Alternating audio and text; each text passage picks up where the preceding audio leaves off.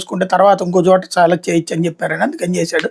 అది లాయర్లతో చంద్రబాబు చేయించిన మోసం అని కబుర్లు చెప్పారు. అది పక్కన పెడితే అప్పుడు కూడా ఏంటి, ఎక్కడైతే అలైన్మెంట్ ప్లాన్ చేస్తున్నారో అది ముందు తమ వాళ్ళకి చెప్పి వాళ్ళ చేత భూములు కొనుక్కునేలా చేసి ఆ తర్వాతన అక్కడికే రోడ్ వేయటం. ఇప్పుడు ఇక్కడదైనా అంతే కదా, అంతే. కాకపోతే ఇన్సైడర్ ట్రేడింగ్ అనే పదమే లేదంటూ కోర్టే కొట్టేసి నిరూపించడానికి కూడా ఏం లేదు. ఇప్పుడు అక్కడ ఎందుకు అమరావతి అనేది అది కదా,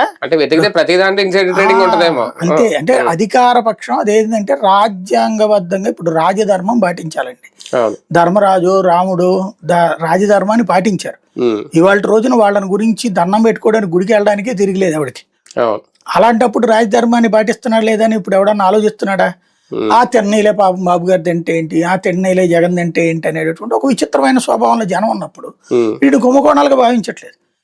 అమరావతిలో ఓ పక్కన ఎందుకు కళ్ళెదురు ఉన్న అమరావతి ఏం మాట్లాడారు, 10 పైసలు డబ్బులు అక్కర్లేదు, అదేంటది సెల్ఫ్ ఫైనాన్స్ అని ఎన్నిసార్లు ఉపన్యాసాలు ఇచ్చారు చంద్రబాబు గారు. కొన్ని లక్షల సార్లు మాట్లాడుంటారు కదా, దాని మీద డిబేట్లు కూడా పెట్టారు కదా, దాని మీద పెద్ద పెద్ద అదేమంటారు రౌండ్ టేబుల్ సమావేశాలు కూడా పెట్టారు కదా. సెల్ఫ్ ఫైనాన్స్ అయినటువంటి అమరావతిని ఎట్లా చేస్తారు అన్నటువంటిది. అక్కడెక్కడో రాయలసీమ ఎత్తిపోతలు పెడితేనేమో పర్యావరణ ప్రాబ్లం వస్తాయి, అమరావతిలో వ్యవసాయ భూములు తీసుకుంటేనేమో పర్యావరణ ప్రాబ్లం. అట్లాగే ఆ సెల్ఫ్ ఫైనాన్స్ అని అయిపోయాక ఇప్పుడు 55,000 కోట్లు ప్రాథమికంగా అప్పు